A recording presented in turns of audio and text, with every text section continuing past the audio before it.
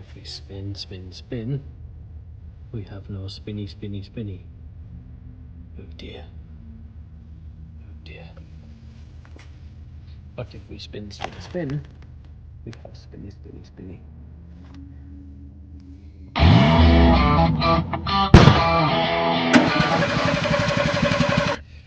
I'm spinning the impeller now with my finger, and you'll notice that the turbine ain't spinning at all.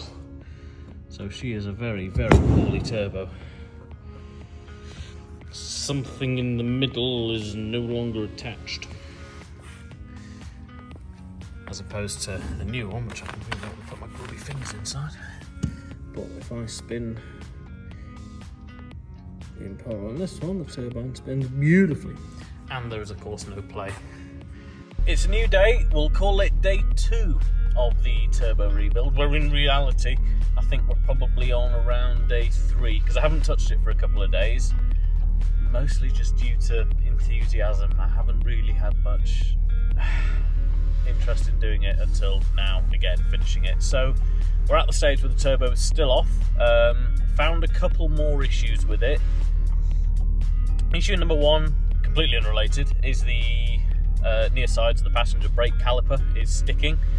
I found that out when I was trying to push it out, and then jacked up the wheel on that side and could barely turn it. So we're on our way to go and collect a caliper, and obviously I want to do the timing belt, and whilst I was under there noticed it was quite wet around the crank seal sort of area, so I've got a crank seal to go and collect. I've also collected and fitted, sort of between working, the oil feed pipe.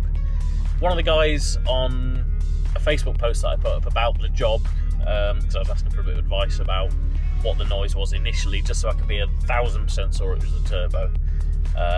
And then I posted another photo saying, yes, it was the turbo. Somebody on that said that maybe it's the oil feed pipe could have caused the turbo to fail. I mean, it's been failing for about 1.5 years. So, I don't know 100% whether it is that. I have looked down the pipe as best I can. Obviously, with it being a banjo fitting, you can't really look down the pipe. But I ordered one of them anyway to replace it, so I've got that fitted.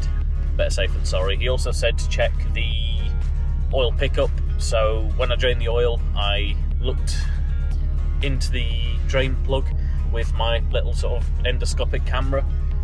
Couldn't see anything on the pickup, so that's all good. And I kind of knew that I'd be alright, because the oil pressure light always went off immediately, and never sort of came on when I was driving it. And obviously I do regular oil changes, more than is recommended, and probably more than most people do, so I'm quite happy that oil pressure wise it's alright. I think it has just failed because it's on 170,000 miles, and I don't exactly treat it very well in that I just abuse it, unlike this car, which is my daily.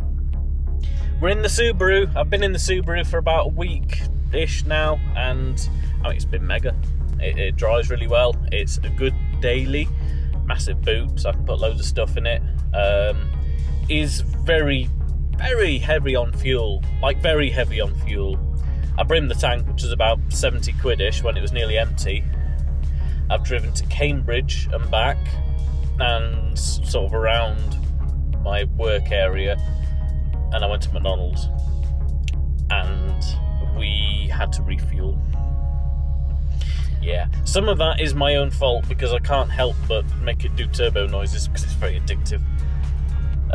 But yeah, I don't like using it in this weather. I didn't ever want to use it in nasty British weather, but I have no choice. I was using the Mini for a little bit, but that just doesn't like the cold and wet. It is misfiring like a bugger when it gets cold and wet, so it's not really usable. So here we are. Let's go to GSF Car Parts, collect a caliper and a crank seal, and let's get this turbo refitted, because I just want to use the Freelander again now. Right, we're back with the Freelander. It may not look that different apart from my outfit, but we are actually probably about 1.5 weeks, maybe 2 weeks now, since removing the turbo. And the brake caliper, when we were pushing it out again, was sticky on that side. So I've replaced, well, I say I've replaced, I haven't replaced the brake caliper. Dan has replaced the brake caliper. I did some work on his Mini in a video last year, and he has repaid the favour. I mean, I was repaying his favour for doing all of the work that he does to give me a hand. So really, I owe him again now. But yeah, so that's done. Calipers on there. We had a bit of drama with that. The brake hose was being a bit of a pig. I didn't film any of that. But today, the main focus is getting this finished. So let's get into it. The turbo is on the floor. So what I've done is I primed the turbocharger, and to do that, I've taken off the oil feed banjo, filled it with engine oil and the oil drain, spun it by hand, just gently until oil started draining through, so that it's nice and full and it's got a head of oil in it before we start it. Because I've disconnected so much of the fuel system, it isn't going to fire up straight away. It just isn't. So it's going to have an opportunity to spin over and build up oil pressure anyway before it starts.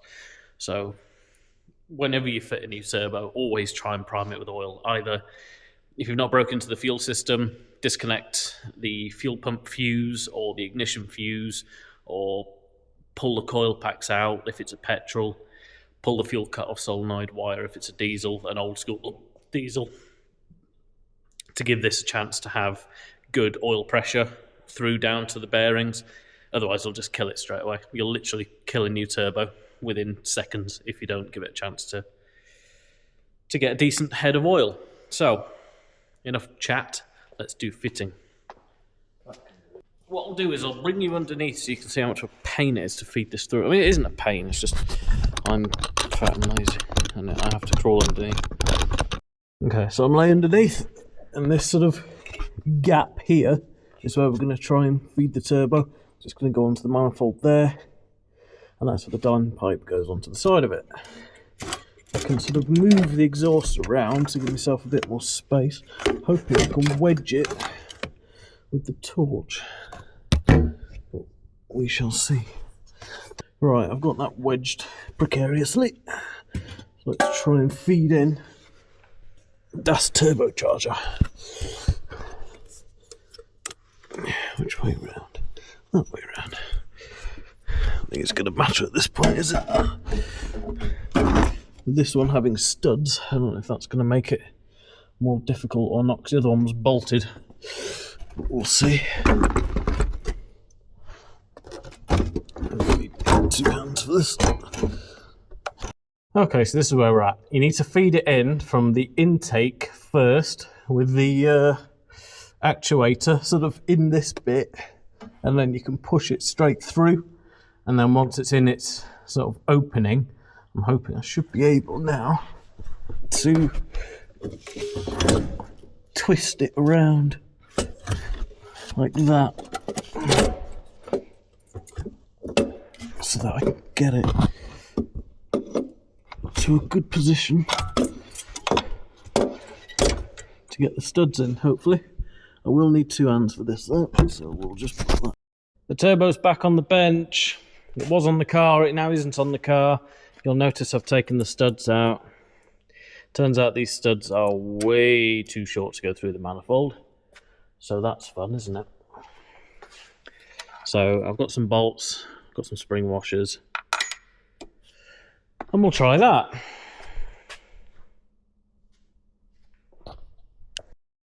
Right, the turbo is on. Oil feed pipe connected, oil drain pipe connected underneath. I'm just nipping up the exhaust. I've done a little bracket underneath as well that holds it onto the engine. So we'll finish off the exhaust clamp, and then that is the turbo officially and finally on. And we can move on to putting the engine back together again. So what's next? Now that the turbo's all nipped up and on, I want to get the EGR cooler put back on, all the pipes hooked up, everything bolted back up. Once that's done, I can get the cam cover on. So that's basically these two, EGR and cooler. Get that mounted, cam cover, EGR pipe that goes to the intake, which in this case, isn't blanked. No, not blanked at all. And then once that's done, I can get underneath, fit the turbo hoses. I need to put the engine oil in it because I drained it, but I didn't refill it, so I need to remember to do that because that would be quite embarrassing.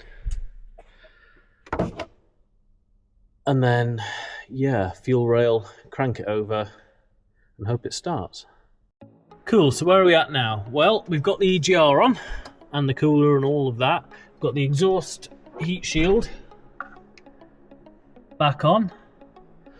So what I could do is put the plate back behind here on the bulkhead, but I'm not going to, just because it drops loads of crap down into the engine. So the first thing I'm going to do is we're going to get this sort of cam cover PCV thing back on. So what's important about these is making sure that you don't silicone the ever-living life out of these seals, because I see loads of people just silicone everything. Siliconator! And there's just no need for it. Like, these are, you know, soft enough and proud of the surface enough, so they're sticking up, that you don't need silicone. If you do need silicone, then you've got the wrong seal, or the seal is of poor quality, or it's damaged or old. Anything with a rubber seal, do not silicone. So, with that out of the way, let's get it in. Hopefully it doesn't all just drop out. Make me sad. So, where is it? It's optical.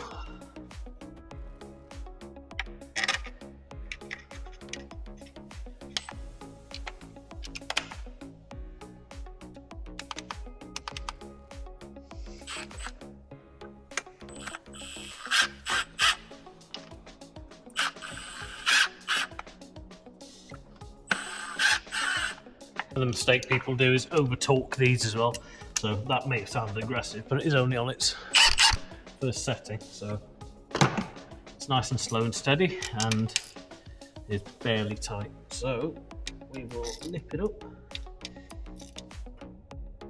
just like that. Easy when you've got the right tools. Next, fuel rail.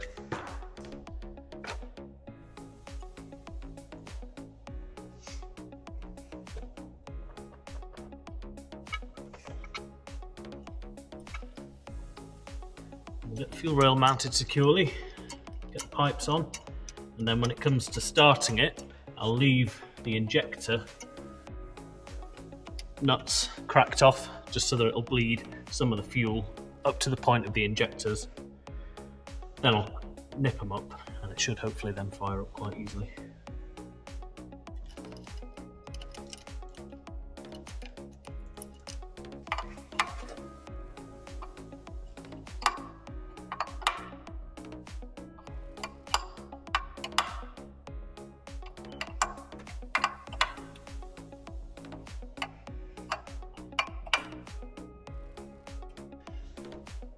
Okay, so all the fuel pipes are on. I've fitted the intake hose down onto the turbo. I just need to fit the link pipe across the top and hook up the breathers and a couple of other little bits. Just topping up the engine oil now. Any normal person would have gone to grab a funnel. No, I'm not normal. Don't even think I'm a person. So I've got a spill salt pad, and I'm going to be very careful not to spill it all. But I have a good aim. This takes, oh, it's gone over. This takes about just under 6 litres of engine oil. So a full one of these and a little one, and then I've got one spare just for top-ups.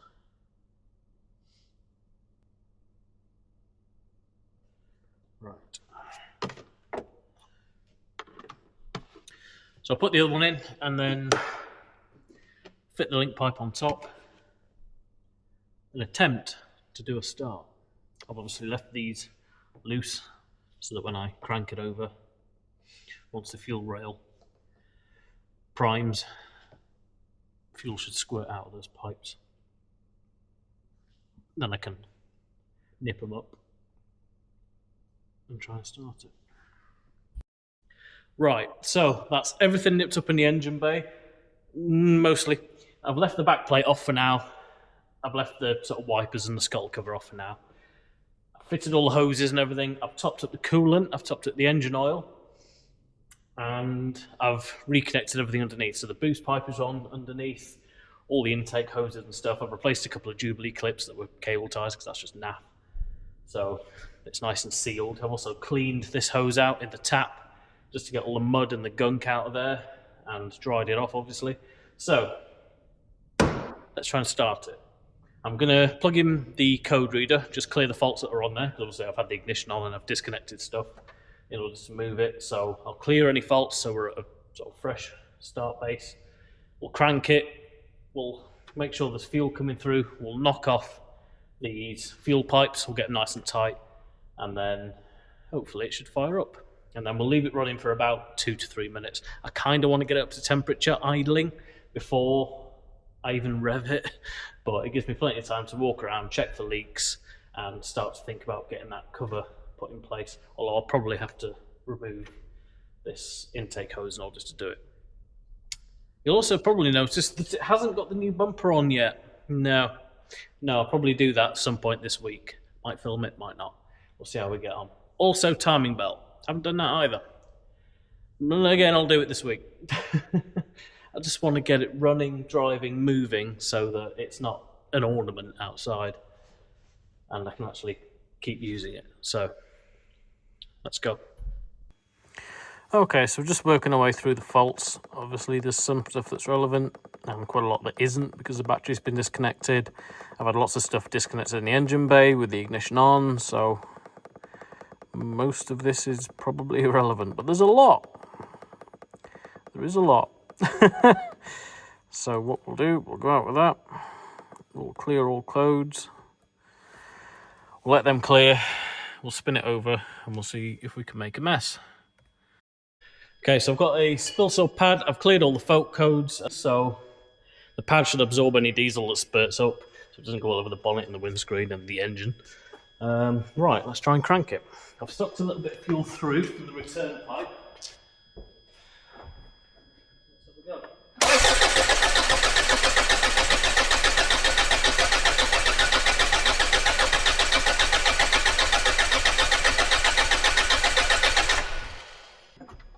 Okay, so what we're going to do now, see if we've got any fuel at all.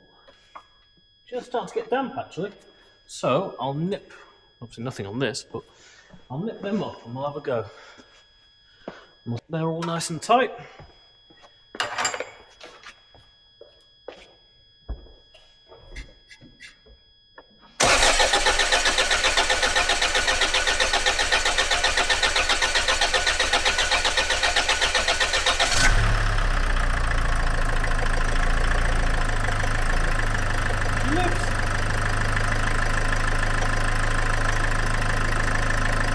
No, I'm just going to leave it. Let it idle, let it do its thing, let it settle.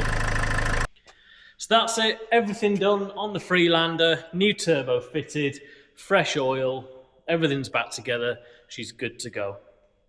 Until it blows up again. So, I'm going to end this video here, I'm going to do the next video, again on the Freelander probably, a bit boring I know. But it'll have the front end conversion as well as the timing belt. Might as well have that in a separate video because I'm not going to get a chance to do it in this one. So we'll just have this one as turbo video.